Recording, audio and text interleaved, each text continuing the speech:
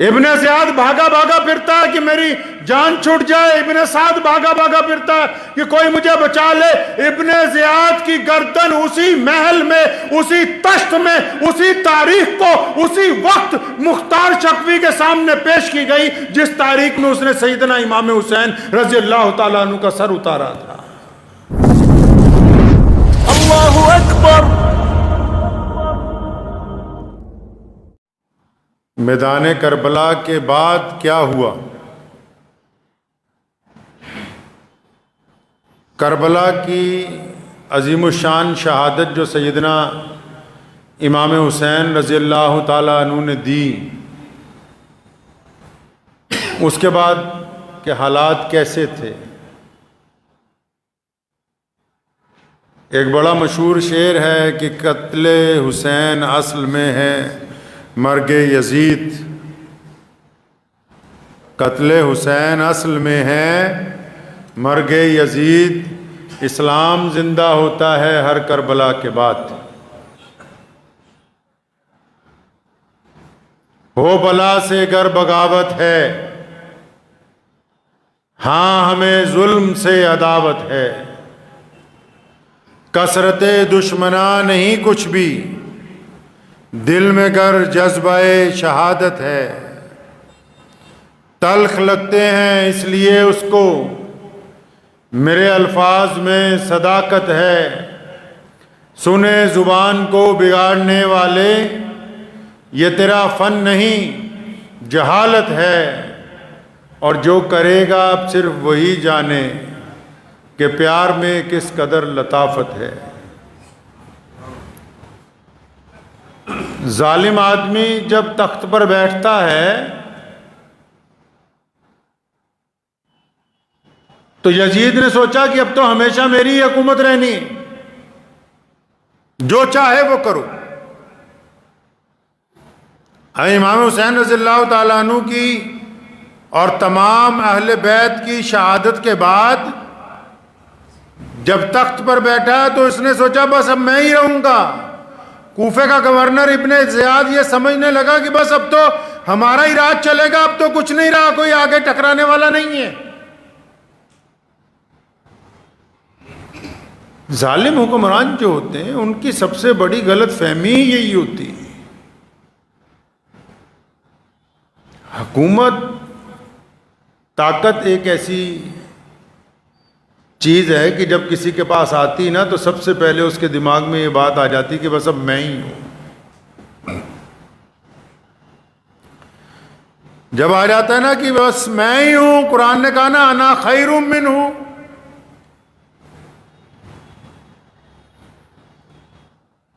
شیطان نے، اللہ تعالیٰ نے کہا نا سجدہ کرو، آدم علیہ السلام کو سجدہ تعظیم نہیں فرمایا، یا اللہ میں نہیں کرتا نا، میں تو ان سے بہتر ہوں۔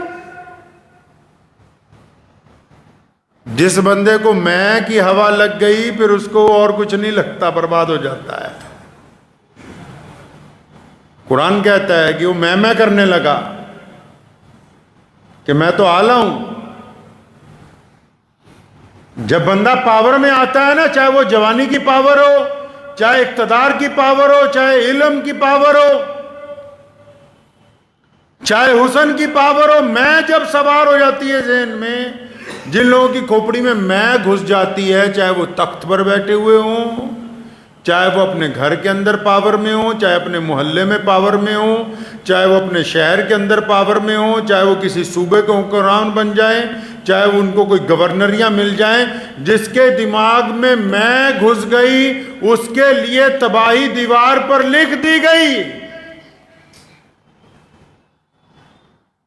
اس کا زوال آنا طے ہے،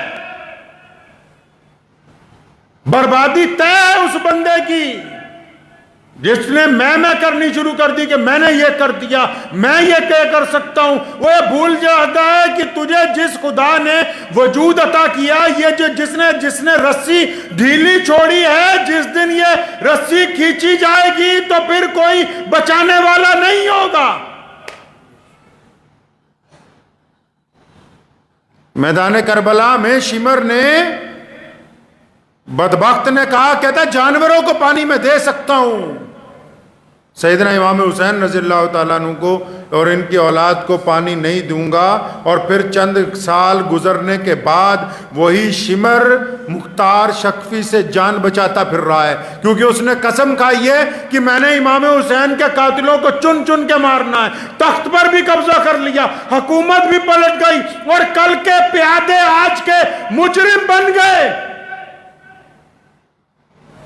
کل جو میدان کربلا میں چلاتے پھرتے تھے کہ دیکھو ہم نے سیدنا امام حسین کا سر اتار لیا، ہم نے ان کو پانی نہیں دیا، آج وہ پانی کی بھیک مانگتے پھرتے ہیں. اور جب گرفتار کیے گئے تو بادشاہ نے کہا کہ ہاتھ پیر باندھو، اس کے جسم پر تلواروں کے نشان مارو، پھر اس کو بھوکا پیاسا ایک چوراہے میں ٹانگ دو. جب 3-4 دن گزر گئے، پیاس کی وجہ سے زبان باہر نکل آئی. کون؟ شمر، جو کہتا تھا کہ میں پانی نہیں دوں گا. وقت پلٹتے ہوئے دیر نہیں لگتی ہے. شمر نے سوچا نہیں تھا کبھی کہ یزید کا تختہ پلٹ جائے گا.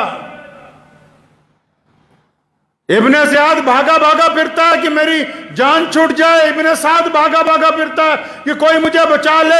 ابن زیاد کی گردن اسی محل میں، اسی تشت میں، اسی تاریخ کو اسی وقت مختار شکوی کے سامنے پیش کی گئی جس تاریخ میں اس نے سیدنا امام حسین رضی اللہ تعالیٰ عنہ کا سر اتارا تھا.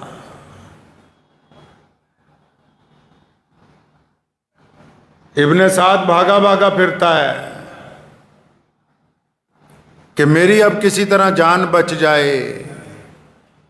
یزید نے، زیاد نے، شمر نے، انہوں نے یہ سوچا کہ اب تو ہم نے قبضہ کر لیا حکومت پر، اب محمد رسول اللہ کے دیوانے کہاں ہوں گے؟ اب تو اہل بیت کا خاتمہ ہو گیا، بس ایک بچے ہیں امام زین العابدین جو بیمار ہیں، چلے گئے چپ چاپ مدینہ منورہ کی طرف. اب تو ہمارا قبضہ ہو گیا، گنڈا گردی کرتے پھریں گے. لیکن اللہ نے جو رسی ڈھیلی چھوڑی ہوئی تھی، جس دن اس رسی کو کھینچا، نہ زمین ان کے ساتھ رہی، نہ تخت ان کے ساتھ رہا، نہ فوجیں ان کے ساتھ رہی، نہ سپاہی ان کے ساتھ رہے. کیونکہ ظالم آدمی کو تو سب سے زیادہ فخر اپنی سپاہیوں پر ہوتا ہے، اپنے چمچوں پر ہوتا ہے.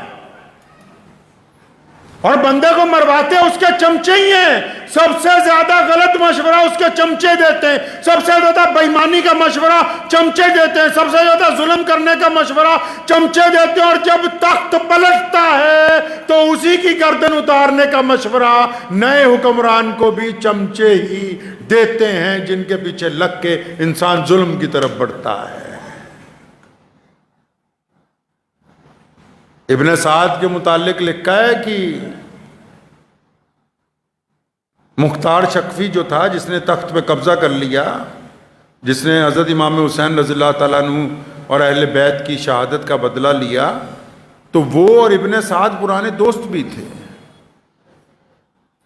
جب سپاہی گرفتار کرنے کے لیے بھیجے نا، تو اس نے اپنے بیٹے کو کہا یہ تو میرا پرانا دوست ہے، یہ مجھے کچھ نہیں کہے گا. تو اس نے بیٹے کو بلوایا، مختار شکفی نے ابن سعد کے، کہ تمہارا ابا کہاں ہے، باپ کہاں ہے تمہارا؟ تو کہنے لگا ابا جی تو اب گھر میں رہتے ہیں، اللہ اللہ کرتے ہیں. اب وہ کوئی دنیا کے معاملات میں گورنر کل کا، اب جان بچانے کے لیے کیا کہہ رہا ہے؟ جی میں تو گھر میں گھس کے اللہ اللہ کر رہا ہوں. فرمایا اچھا اب گھر میں ہی رہنے لگا؟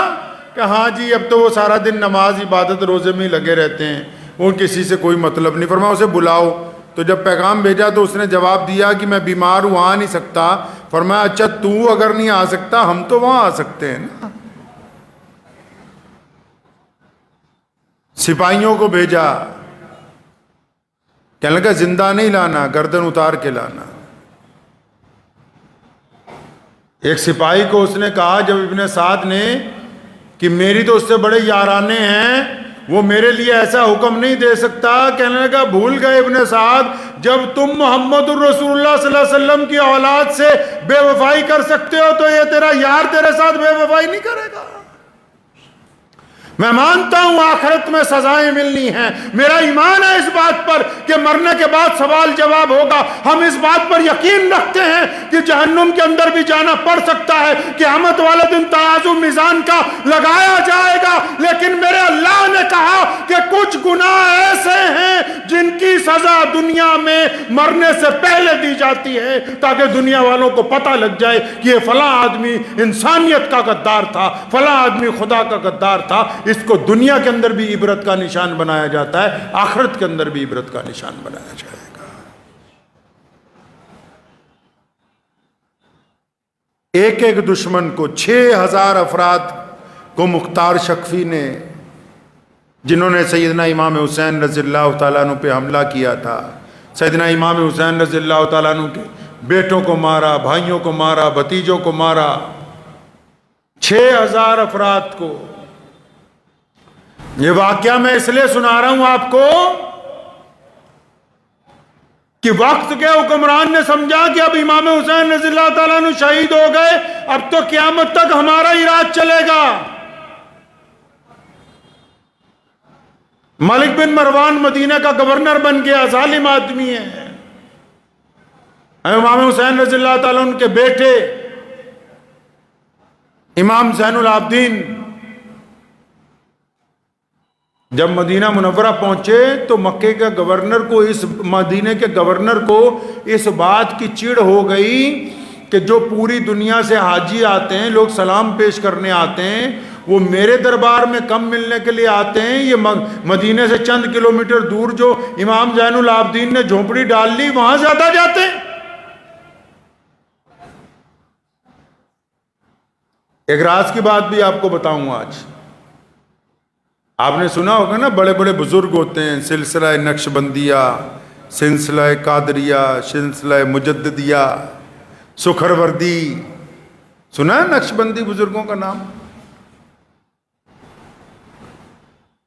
یہ پہلے نہیں تھا یہ سلسلہ، پہلے اسلام میں یہ تھا کہ جو خلیفہ ہوتا تھا وہی امام ہوتا تھا، وہی مسلمانوں کا سب کچھ ہوتا تھا۔ سیدنا امام حسین رضی اللہ تعالیٰ عنہ کی شہادت کے بعد جب خلافت کے اوپر ظالم بیٹھ گئے، خلافت پر ظالم حکمران بیٹھ گئے، تو پھر ان سے اسلام کی بیعت ختم ہو گئی، ان کے ہاتھ پر اسلام کی بیعت ختم ہو گئی، تو پھر اسلام کے لیے، ایمان کے لیے، محمد رسول اللہ کے دین کے لیے، قیامت تک اللہ اور اس کے رسول کی اطاعت کے لیے، پرچم اسلام کے لیے، سیدنا مولا علی رضی اللہ تعالیٰ عنہ کی طریقے پر چلنے کے لیے، میدان کربلا کے پرچم کو بلند رکھنے کے لیے، سیدنا ابو بکر کے موقف کو قائم رکھنے کے لیے، سیدنا خطاب عمر رضی اللہ تعالیٰ عنہ کے عدل کو قائم رکھنے کے لیے، عثمان ذی النورین کی سخاوت کو قائم رکھنے کے لیے، پھر نئی بیعت کا سلسلہ، پھر اسلام کی حقیقی بیعت کا سلسلہ۔ جب خلافت نے چھوڑا اسلام کو تو پھر سیدنا امام زین العابدین نے اپنی جھونپڑی سے بیعت کرنی شروع کی، تب یہ اسلام کے اندر یہ سلسلہ شریعت کا جو ہے وہ شروع ہوا ہے۔ نہیں تو پہلے بیعت ایک ہی ہوتی تھی، بس خلیفہ سے بیعت، جو مسلمانوں کا حکمران ہوتا تھا، کیونکہ خلیفہ ہی امام ہوتا تھا، خلیفہ ہی مسجد نبوی کا خطیب ہوتا تھا، خلیفہ ہی مسلمانوں کا بادشاہ ہوتا تھا، خلیفہ ہی مسلمانوں کا گورنر، خلیفہ ہی مسلمانوں کا مفتی، خلیفہ ہی مسلمانوں کا شیخ الحدیث۔ لیکن جب تخت پر ظالم بیٹھ گئے تو امام زین العابدین رحمت اللہ علیہ نے یہ سلسلہ شروع کیا تاکہ اسلام قیامت تک قائم رہے۔ یہ اہل بیت کا احسان ہے کائنات کے مسلمانوں کے اوپر۔ ان کو یہ بات سمجھ آ گئی کہ حکومت کے تخت پر جو مسلمان اب بیٹھنے لگے، ان کے اندر ایمان کی وہ معیار باقی نہیں ہے جو محمد رسول اللہ صلی اللہ علیہ وسلم چاہتے ہیں۔ یہ امام زین العابدین رحمت اللہ علیہ کی ذات بابرکت سے یہ سلسلہ شروع ہوا، پھر بیعت کا، اسلام کے لیے بیعت، ایمان کے لیے بیعت، حق اور انصاف کے لیے بیعت، اور پھر وہ سلسلہ آگے چلتے چلتے جیسے ہمارے ملک میں پہنچا، امام مجدد الفسانی رحمت اللہ علیہ، شاہ ولی اللہ محدث دہلوی رحمت اللہ علیہ، خواجہ معین الدین چشتی اجمیری رحمت اللہ علیہ، پھر وہ سلسلہ پوری دنیا کے اندر بڑے بڑے بزرگوں کے ذریعے، علماء کرام کے ذریعے پوری کائنات کے اندر پہنچا ہے۔ عبد الملک بن مروان جو تھا مدینے کا گورنر، اس کو جب چڑ تھی کہ لوگ ادھر زیادہ جاتے ہیں ادھر کم آتے ہیں، تو اس نے پیغام بھیجا، کہا امام زین العابدین کو دربار میں بلاؤ۔ انکار کر دیا، فرمایا ہم جاتے نہیں، اور بڑی بات سمجھائی مولویوں کو بڑی اچھی بات سمجھائی، بزرگوں کو سمجھائی، اہل اللہ کو سمجھائی، دینداروں کو سمجھائی۔ کیا بات سمجھائی؟ بادشاہ اگر چل کے کسی اللہ والے کے یہاں، بادشاہ کوئی بھی بادشاہ دنیا کا کوئی بھی مذہب، اس مذہب کا ماننے والا بادشاہ اگر اپنے بڑوں کے پاس، اپنی عبادت گاہ میں، اپنے بزرگوں کے پاس چل کر جائے گا تو بادشاہ کی عزت بڑھ جائے گی، بادشاہ کی عزت بڑھ جائے گی۔ دل کی تختی پہ لکھ کے لے جاؤ، یہ سنہری بات ہے۔ بادشاہ اگر اللہ والوں کے دروازے تک جائے گا تو بادشاہ کی عزت بڑھ جائے گی۔ اللہ والے اگر ممبر چھوڑ کر بادشاہ کے محل تک جائیں گے تو ان کی عزت خاک میں مل جائے گی۔ ان دو لفظوں میں زندگی کا راز مضمر ہے۔ فنا فی اللہ کی مظہر میں بقا کا راز مضمر ہے۔ جنہیں مرنا نہیں آتا انہیں جینا نہیں آتا۔ بادشاہ آئے اللہ والوں کے ہاں، بادشاہ فقیروں کو آئے، عزت پائے گا۔ فقیر اگر محلوں کے اندر جائیں گے، فقیر اگر بادشاہوں کے ساتھ بیٹھنے کی کوشش کریں گے تو جو عزت بنی ہوئی ہوگی وہ بھی مٹی کے اندر مل جائے گی۔ ابن زیاد کے بیٹے کو جب کہا نا مختار شکفی نے کہ بلا اپنے باپ کو، کہتا گھر میں ہی رہتے ہیں، اب تو باہر نہیں نکلتے، اللہ اللہ کرتے ہیں۔ وہ لومبڑی نے ایک دن بھیڑیے کو کہا بھائی چل چل کے شکار کرتے ہیں، تو بھیڑیا کہنے لگا نہیں نہیں میں نے شکار کرنا چھوڑ دیا ہے، اب تو جو بچا کچا مل جاتا ہے بس وہی کھا لیتا ہوں۔ تو لومڑی ہنسنے لگی، کہنے لگی یہ کیوں نہیں کہتا کہ اب تو بوڑھا ہو گیا، اب تیرے میں طاقت نہیں ہے، اب تیرے پنجوں میں طاقت نہیں، اب تیرے دانت اتنے تیز نہیں ہیں، تو بڑھاپے کی وجہ سے بکری کو اپنی بہن بتاتا ہے جب بھیڑیا بوڑھا ہو جاتا ہے۔ اسی لیے تو کہا کہ عبادت، نوجوانوں کی عبادت اللہ کو زیادہ پسند ہے، اور پھر وہی نوجوان اگر بوڑھے ہو جائیں تو ان کی عبادت 4 گنا زیادہ اللہ کو پسند ہے۔ کہ ساری زندگی انسان بھیڑیا بنا رہے اور آخری وقت میں آ کے بولے کہ نہیں اب بکری میری بہن ہے، اب تو میں ساری زندگی اللہ اللہ کروں گا، تو اس کا مطلب کہ وہ مجبوری کے اندر اللہ اللہ ہو رہی ہے، جس وقت اللہ اللہ کرنے کا تھا اس وقت تو اللہ اللہ کی ہی نہیں۔ تو امام زین العابدین جنہوں نے مولا علی رضی اللہ تعالیٰ عنہ کرم اللہ وجہ کی گود میں تربیت پائی ہے، جنہوں نے اپنے چچا سیدنا امام حسن کے ساتھ رہ کے دین کو سیکھا ہے، جنہوں نے کربلا کے میدان میں اپنے باپ کی، اپنے بھائیوں کی، اپنے ساتھ کے لوگوں کی جنازوں کو اٹھایا ہے۔ جب زبردستی خلیفہ نے اپنے دربار کے اندر بلایا، بیڑیاں پہنا دی، دوبارہ بیڑیاں پہنا دیں، ظلم کم نہیں کیا منافقوں نے۔ ایک بات بتاؤں تمہیں مسلمانوں، دنیا کے اندر کوئی طاقت ہی نہیں ایسی جو اسلام کو کہیں شکست دے سکے۔ مسلمانوں نے ہی اسلام کو جب نقصان پہنچایا تبھی یہ لشکر رکا ہے، ورنہ کائنات میں کوئی ایسی طاقت نہیں آئی آج تک۔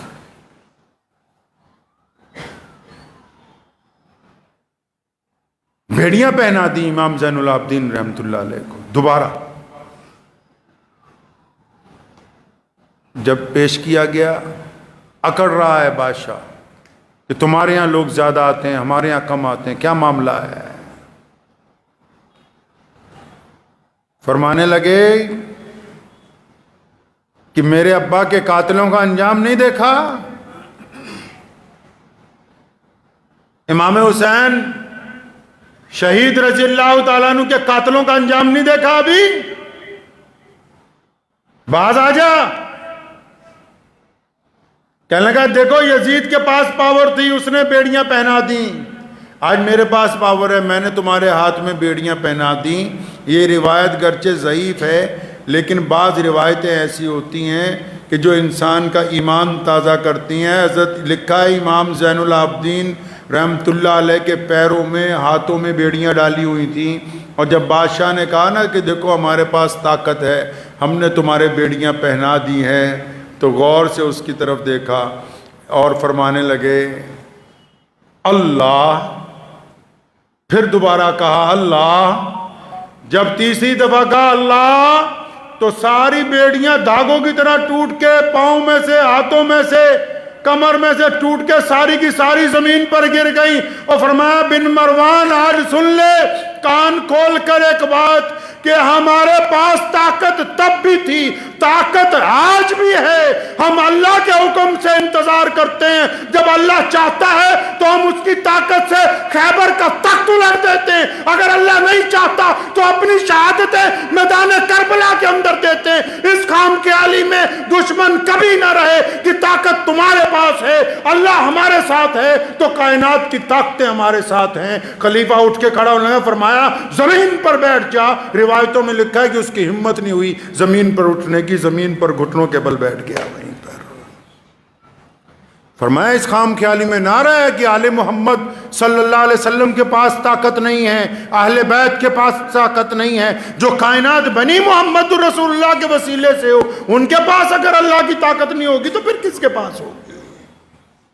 فرمایا پہلے بھی تھی اب بھی ہے, بس فرق صرف اتنا ہے کہ ہم اللہ کے اشارے پر اس کا استعمال کرتے ہیں اور اللہ کے اشارے پر ہی بس رک جاتے ہیں, اور کوئی بات نہیں ہے.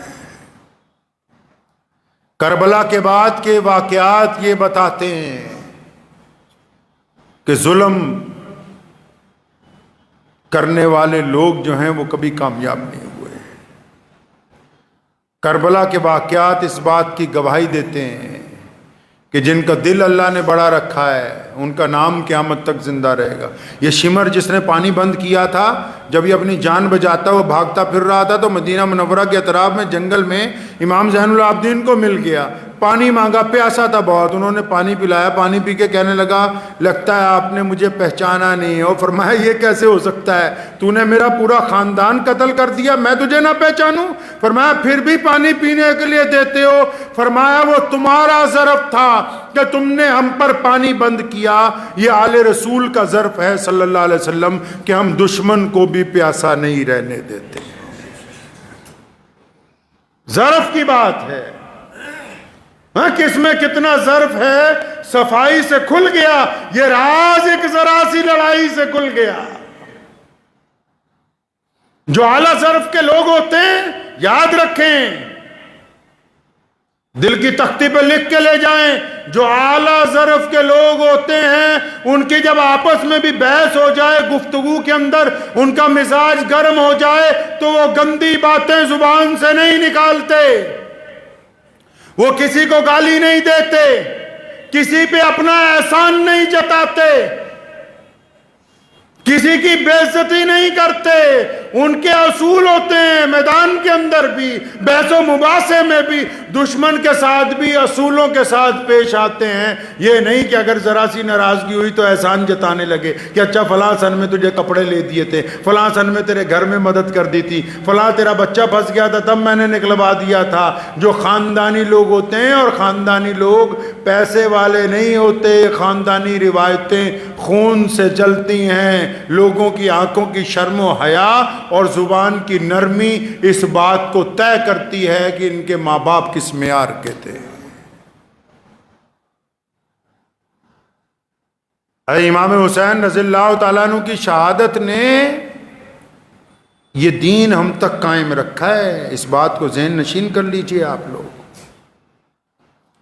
میدان کربلا نے اس دین کو قیامت تک کے لیے قائم کر دیا ہے. کربلا میں جو امام حسین رضی اللہ تعالیٰ عنہ کی استقامت ہے, ان کی جو جرت ہے, ان کی جو وہاں پر بڑی بڑی طاقتوں سے ٹکرانے کی طاقت ہے, اس نے قیامت تک کے لیے مسلمانوں کو استقامت عطا کی ہے, دین کو زندگی عطا کی ہے.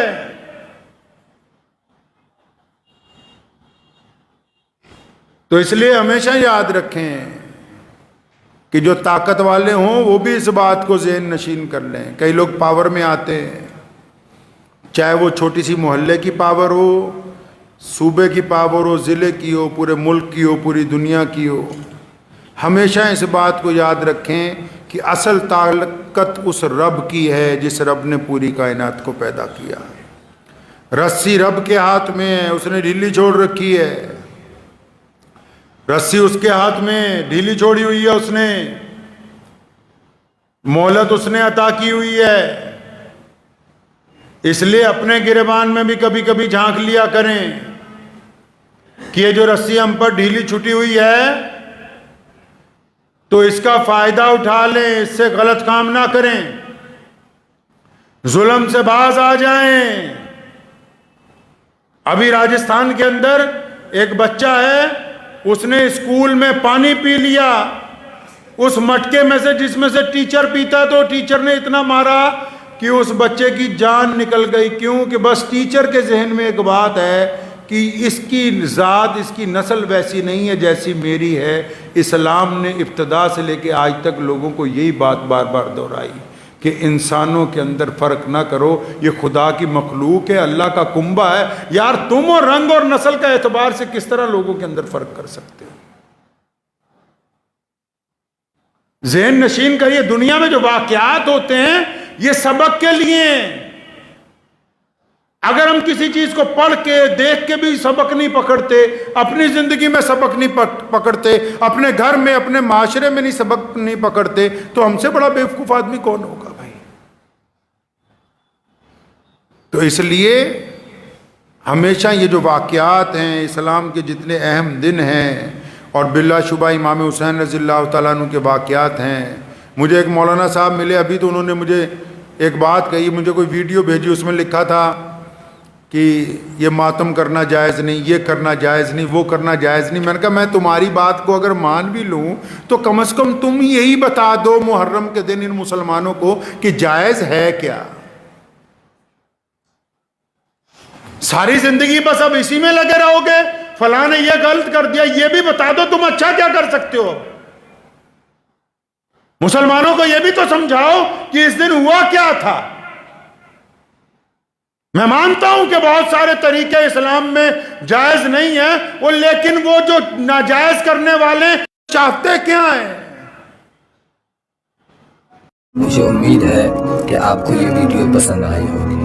اگر پسند آئی ہو تو یہ آپ اپنے دوستوں کے ساتھ شیئر کریں اور اس چینل کو سبسکرائب ضرور کریں.